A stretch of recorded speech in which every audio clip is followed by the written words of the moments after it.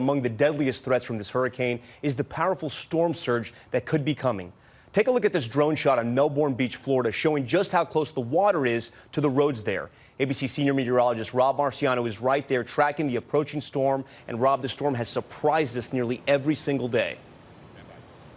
It is, sir. It's a record breaker, Tom. I mean, this is the strongest landfalling hurricane in this part of the world since 1935. We're already starting to see the water run up here. It is centered less than 200 miles from where I stand. Let's show it to you on the satellite picture. You see the eye. You can see that northern part of that island through the eye of the hurricane, and it has slowed. We now have, new this hour, hurricane warnings that are posted for much of the central coastline of Florida. That means we expect hurricane conditions in the next 36 hours.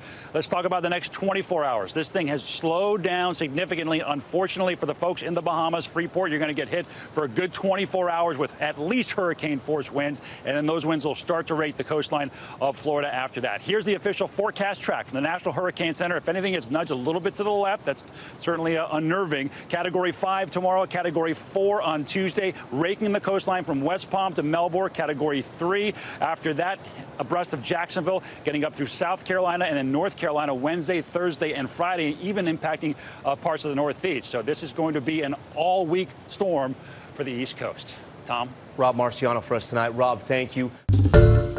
Hi, everyone. George Stephanopoulos here. Thanks for checking out the ABC News YouTube channel. If you'd like to get more videos, show highlights, and watch live event coverage, click on the right over here to subscribe to our channel. And don't forget to download the ABC News app for breaking news alerts. Thanks for watching.